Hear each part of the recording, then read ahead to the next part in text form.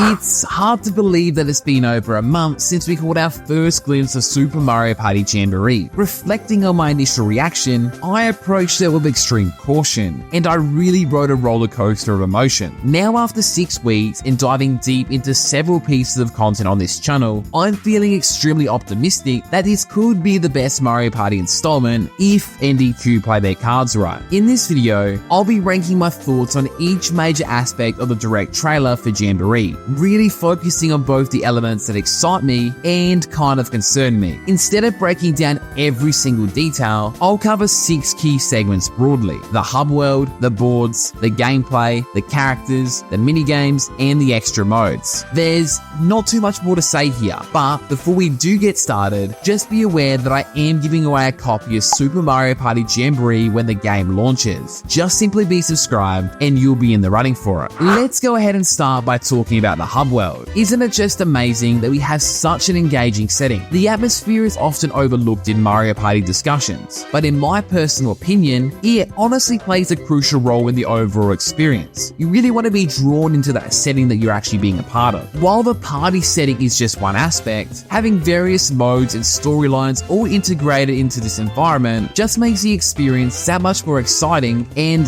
that's what Jamboree has actually done here. In Jamboree, of course, the setting of an island resort is taken quite literally. Each location is spread across separate islands, and it's all centered around a central star island. The Mario gang likely travels from one island to another just to access the different kind of modes, and each island features unique landmarks that realistically tell you what the island is actually going to be about. It looks like the primary travel methods between the islands will also be a hot air balloon and possibly a motorboat. The coolest part about this all though is the fact that all the boards are actually visible, with some appearing to have work in progress. For instance, Western Land and Mario's Rainbow Castle. It's still uncertain whether you'll be able to actually interact with the islands once you select them. By that I mean actually walk around with your character that you select, but regardless, the setting is just impressive. I honestly have no concerns about the island. I just see endless possibilities. For example, the unfinished boards might hint at future unlockable boards like that missing Mario Party 3 board, but at the very least, it's just going to be something to grind for if some of these boards are unlockable like Mario's Rainbow Castle. It's really exciting. If some of the areas of the islands are actually interactable, it could allow for NPCs to populate the space, just making that resort to feel a lot more alive. We might even see unlockable characters like Boom Boom or Lakitu, who we can already see in this game. I do have a feeling that some sections may be interactable, but probably not all of them. There's no solid evidence for this. The checkered floor and golden railing in this shot of the trailer really makes it feel like it could be a pick and choose type of menu, a bit more like Superstars. Either way though, I'm not really that fast, and I'm just a really big fan of the setting overall. The one thing that I absolutely adore though is that everything is just simply connected in the resort. Whether it's the boss type of island with a Bowser statue, the flying island, the rhythm minigames, or even the Koopathlon, it all just contributes to that feeling of a real island resort. The only one slight concern that I do have is that I do hope the storyline does tie into this island concept. Given the Bowser statue and the purple magic Bowsers we see across the minigames and boards, I would assume this is pretty likely. But overall, this already feels like a massive step up from both Super Mario Party and Mario Party Superstars in my eyes in terms of the setting. Now, let's turn our attention to what I believe is the key component of Mario Party, the boards. Think of them as like the bottom piece of a sandwich that just helps to hold the delicious sandwich together. At first glance, it's just fantastic to see big, exciting, and action-packed boards. I'm even more excited that NDQ has decided to go the Mario Kart route and bring back 2 beloved boards, being Western Land and Mario's Rainbow Castle. I really do like the mix of new and also returning stuff, especially when you got so much legacy content that can realistically be upgraded. Sure, it's a bit odd that we don't have a Mario Party 3 board, especially when Mario Party Superstars only got 1, but with 7 large boards to explore, I'm realistically not complaining at all. Every single board in Jamboree looks incredible from a bird's eye view. And I just want to take a brief moment to gloat about each one individually because they honestly deserve the spotlight and I'm excited for all of them. Let's go ahead and start with my most hyped board, Goomba's Lagoon. Seriously dude, what is there not to love? It's set on a gorgeous sun-drenched island and it requires players to tread pretty carefully just to avoid triggering the Goomba-shaped volcano. The board is also extensive with some pretty exciting mechanics like the rising tides that can actually waterlog certain areas, along with some pretty cool locations on the board like a pirate ship, some grassy areas, and even some sandy beaches of course. It just feels pretty vibrant and just full of life. Rainbow Galleria is a pretty close second of my most hype. Again, Nintendo have absolutely cooked here. It is a bright and lively mall just for the residents of the Mushroom Kingdom. It is simply just bursting with so much energy and so much life in the board itself. Even little details like the sunlight streaming in through the lovely sunroof. One of the standout features here is the new flash sale event, which just temporarily lowers the cost of stars to half price. I really like this. I don't want stars to be 10 coins for half the game, but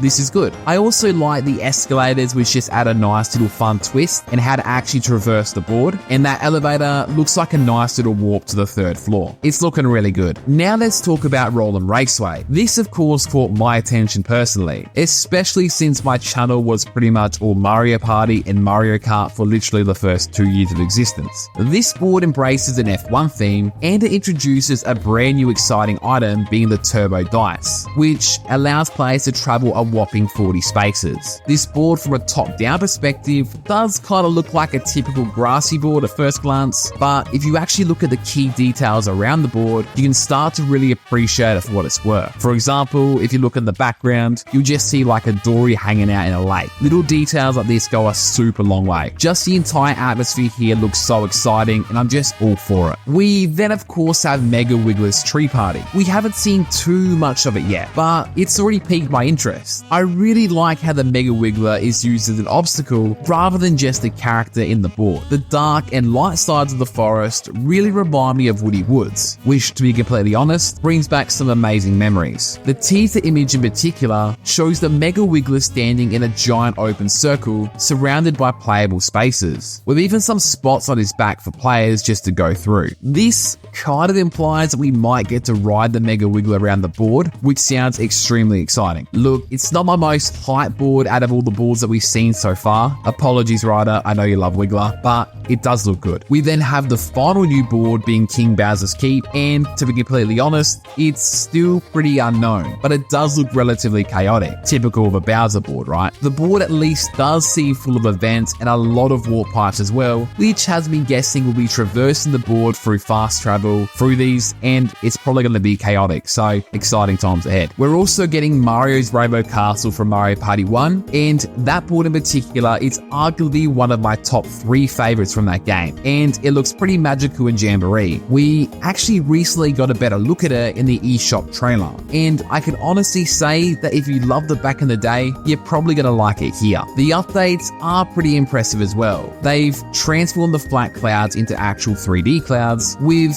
different levels of elevation and some nice colorful tints that really emulate a rainbow. The board just feels so much more alive now. You have the windmills in the background, the characters populating the spaces around the board, and I love the fact that they've gone ahead and added a shop in, which, if you know, wasn't in the original game. I have no concerns about this board. The only one that I can kind of think of is I hope that Bowser, when you get to the very top of the castle, is still a punishment. I don't want Bowser giving you like 10 stars or just being a positive influence. I want him evil again, damn it. We then of course finally have Western Land, and this looks as vibrant as it did back in Mario Party 2. I'm actually loving how the Shy Guys now operate the trains, and the Boo in the Graveyard adds such a delightful touch. It even seems there may be a new passing event before the 3rd train station at the very top. However, I do have one small concern. It appears that the bank may be missing this time around. As nostalgic as I am about it, I do worry that its absence could maybe impact the overall experience, but it's not that big of a difference if it's not in. But as you can see overall, I'm extremely happy with the boards and have very minimal concerns about all of them. them. The only concerns that I truly have about them is in the forms of the gameplay, which we'll get into now. Alright, remember how I mentioned before that the boards are the bottom piece of the bread in a sandwich, holding half of it together? Well, the gameplay for me is the top piece of bread. If you get these two wrong, everything else is falling out. By gameplay, I'm specifically referring to how the games play out, the coin economy, the speed of the game, the items, the UI, the different types of spaces, and just all that good stuff. This is the part that I'm most concerned about, and for very obvious reasons. Super Mario Party, in my opinion, suffered from lackluster boards and very poor gameplay overall. The economy in that game was super broken. Stars cost just 10 coins, items were cheap and way too accessible on smaller boards, gameplay was slow, there were too many lucky spaces, coins were given out like candy on Halloween night from literally anything that you did, custom dice blocks made things unbalanced, and the partner mechanic really ruined the small type of board gameplay. Mario Party Superstars did fix about 90% of these issues. My only complaints regarding gameplay in that game were that coins were still way too easy to come by, thanks to the minigames, the 2x event turns, and just the abundance of helpful spaces on the board. Again, most notably the overpopulation of lucky spaces. Some items also felt way too predictable, like the golden pipe was always available at certain points in the game, and the cold chomp item on Horrorland, for example, was way too frequently available. Let's start with Jamboree spaces on the board, thanks to Mario Party Legacy's amazing work,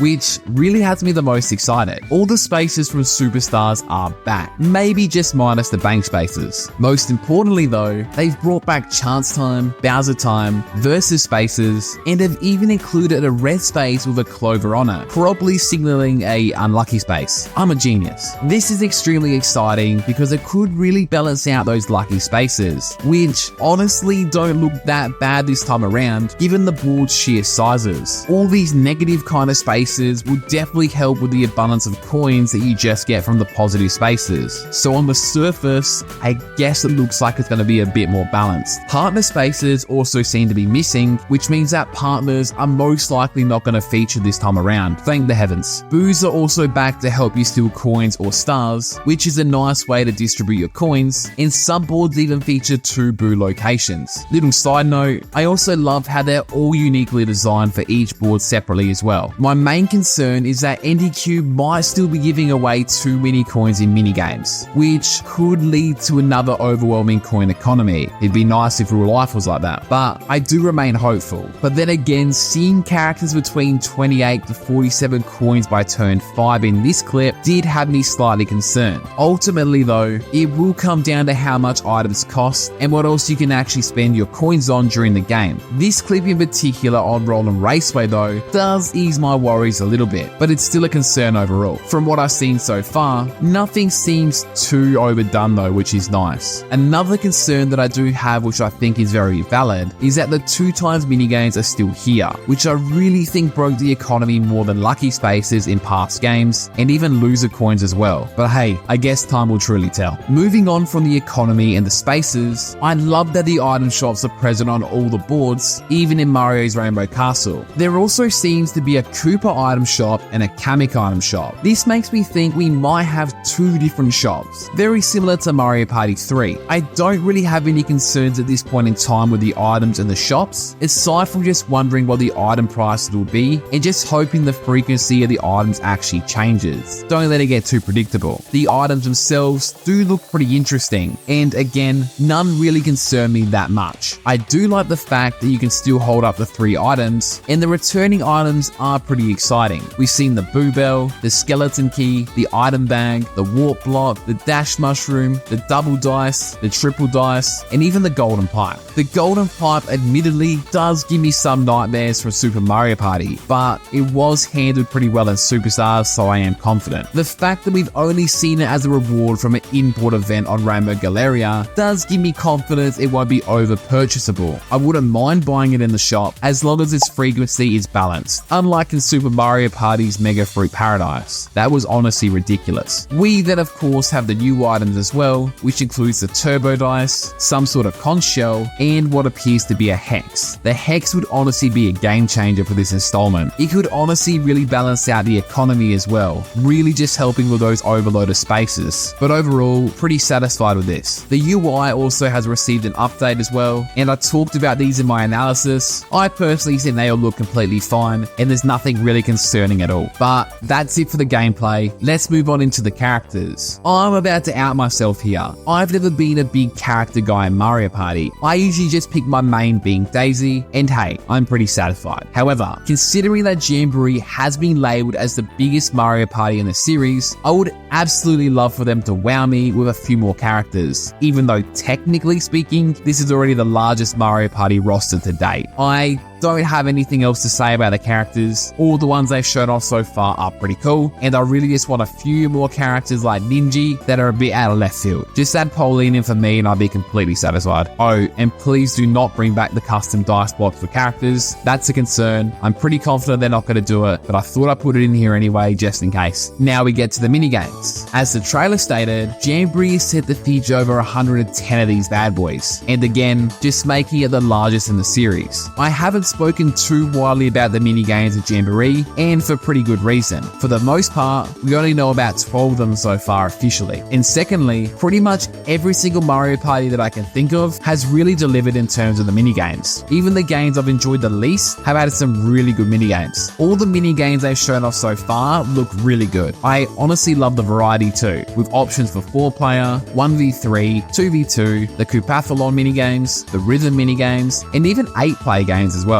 The rotating minigame, dodging the boos, and the chain chomps is probably my most hyped so far, alongside the Yoshi riding one as well. I also love that Sushi the Shark appears in the image swap game. Deep Lubacy confirmed anyone? Just kidding. There are also a few other minigames I discussed in my minigame video from 2 weeks ago. The ESRB just described the boss type of minigame, a minigame with oversized hammers that really reminded me of Grab Bag and Cash and Bash, which gives hope for maybe some returning minigames coming as well, and a giant robot with boxing gloves. They all sound pretty good. I really don't have any concerns about how the minigames will play out. However, I do have concerns regarding the implications of 2 specific types of minigames, which leads into the next section about the extra modes. So let's combine these into one big discussion. 110 plus minigames is a lot. We know that some will require motion controls, which I quite like. However, I'm mostly concerned about the potential overload of coin minigames just due to the Koopathlon, or that maybe there might not be enough variety of coin minigames, causing them to become repetitive in Koopathlon mode. Hopefully, and I really hope that some of the minigames in the Koopathlon will just be regular ones that reward you with coins if you win. Conversely, I also hope the coin minigames aren't overdone in the party mode, which would ultimately give away too many coins, especially with the 2 times round modes. That again will make the coin economy so unbalanced. That same concern also applies to what we presume are the rhythm minigames. I just hope there's enough to warrant this being a separate mode. I really like the rhythm mode minigames in Super Mario Party, but you honestly did burn through the list of minigames way too fast, especially after just one playthrough. As for all the other separate modes, they all look pretty good from the surface. We've already mentioned the Koopathlon, which looks awesome. The rhythm mode should be good fun if it's like Super Mario Party, and we also have the boss type mode, which looks pretty fun, along with some sort of flying mode, which we honestly know nothing about. My only main concern is that these could end up being one and done experiences. Once you've played them once, you've seen it all, and you never touch them again, and just resort to party mode and playing minigames on the island. I just want these to be a little bit more replayable. Just because motion minigames are a separate mode doesn't mean they shouldn't be accessible in random selections when playing on the boards with friends, especially if everyone has Joy-Cons. The same goes for coin minigames and similar content, but that's just my opinion. Just give us an option. Let us be able to not select coin minigames or rhythm minigames or certain types of minigames. The more variety, the more way that we can actually play the game ourselves how we want to do it. And that I think is the key component of this. Give us more customization options. Let us play the way we want to play. And then everyone's happy. Even my dog will be happy. But overall, I'm absolutely loving how this game is looking. Let me know down in the comments section what your most hyped aspects and concerns are with Jamboree. I honestly want to read through them all. If you did enjoy this video, I also strongly suggest you check out my other Super Mario Party Jamboree videos like character predictions, my analysis, all that good stuff. It can be found in the description and also the pinned comment as well. So click through as you please. I also have a ton of content planned to release for Mario Party, so just a supporter simply liking, leaving a comment and subscribing really helps out that algorithm. And if you do want to chat with me and Mario Party fans and Nintendo fans in general, jump on into the Swift Cafe Discord. You can find your invitation in the pinned comment below and the description along with my Twitter handle. But until next time, take care of yourselves and I'll see you in the next video. See ya!